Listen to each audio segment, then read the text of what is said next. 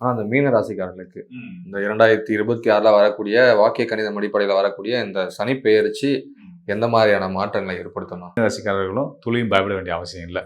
ஏன்னு கேட்டிங்கன்னா, உங்களுக்கு ஸ்தான அடிப்படையில் சனி வந்து லாபத்தை கொடுக்கக்கூடியவர்.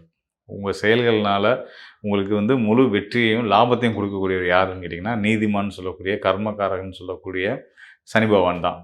உங்கள் ராசிக்கு 11ஆம் இடம் மகர ராசி. 11ஆம் இடம்ன்றது வந்து லாபஸ்தானம்.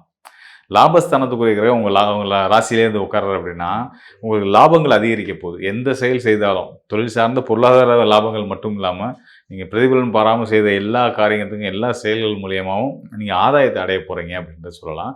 தெய்வ பக்தி கூடும். இது நாள் வரைக்கும் கோயிலுக்கே போகலை அப்படின்றவங்களுக்கு இனிமேல் வந்து நிறைய திருக்கோயிலுக்கான பயணங்கள் இயற்கையாக அது வந்து ரொம்ப செயற்கையாக இல்லாமல் ஒரு கட்டாயத்தின் பேரில் இல்லாமல் இவங்க இயல்பாக நடக்கிற மாதிரியான ஒரு சூழல் வந்துடும். நிறைய திருக்கோயில்களுக்கு போக ஆரம்பிப்பாங்க.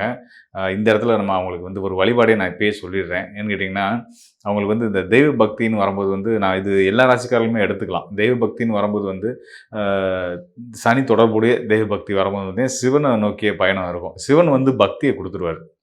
சிவ வழிபாடு சித்தர் வழிபாடு இப்படின்னு போயிட்டு இருப்பாங்க. அது வந்து பக்திக்கு சிறந்த ஒரு விஷயம் வந்து சித்தர் வழிபாடும் சிவ வழிபாடும்.